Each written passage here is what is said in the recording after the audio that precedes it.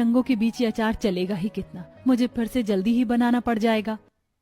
मान्यता ऐसे बोलकर अचार को नीचे लेकर जाने लगी। तभी वो जीने पर ही थी कि तभी उसकी एक नंद भागती हुई आई और अचार के डिब्बे में हाथ डालकर मुट्ठी भर के अचार ऊपर लेकर चली गई।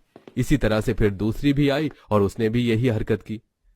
हे भगवान, हद हो गई, ऐसे कौन अचार खाता है कि डब्बे में ही हाथ डाल दो, अभी मैं गिर जाती। मान्यता ऐसे बोलकर कुछ आगे को बढ़ी तो उसकी ददिया सास ने भी वही हरकत की जो उसकी दोनों नंदों ने की थी। बहू, अचार को इस तरह से खाने का मजा ही अलग होता है। इन बूढ़ी दादी को भी इसी तरह से हाथ डालना था। ये तो टॉयलेट से निकलकर साबुन से भी हाथ नहीं धोती हैं। मैं अब ये अचार नहीं खाऊंगी।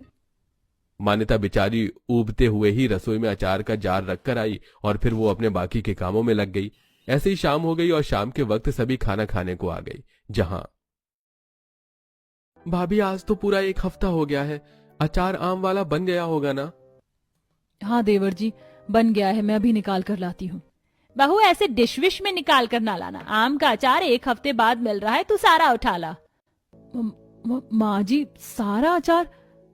माँ जी, वो पूरा 5 किलो अचार है। कोई बात नहीं बहू, 5 किलो है, 500 किलो नहीं। और हम जैसे अचार के दीवाने सब खा जाते हैं। वसुंधरा की बात पर मान्यता बस नकली सी मुस्कुरा दी और फिर उसने उनके पास अचार का पूरा जार ही लाकर रख दिया और उसके ससुराल वाले एक ही टाइम में 5 किलो आम का अचार खा गए। मजा आ गया रे, खट्टा खट्टा आम का अचार। सारा खा लिया? ये इंसान तो है ना। मान्यता उनका अचार खाने का तरीका देखकर हैरान रह गई। ऐसे ही अगले दिन। हे भगवान, अब आज के लिए तो कोई सा भी अचार नहीं है। माँ जी मुझसे फिर अचार बनाने को बोलेंगी। मान्यता अभी डरी ही रही थी कि तभी उसके सामने सास ने उसे आवाज लगाई। मान्यता, मान्यता बहू। जी माँ जी। देख बहू, कल जो अचार बनकर निपटा था तो वो तो ऐसे ही खत्म हो गया, इसीलिए आज मैंने अपना दिमाग दौड़ाया और देख, मैंने पूरे 100 किलो आम मंगवा लिए। अब तू जल्दी से इनसे अचार बना देना, तो वो कई दिनों तक चलेगा। 100 किलो आम का अचार? हे भगवान।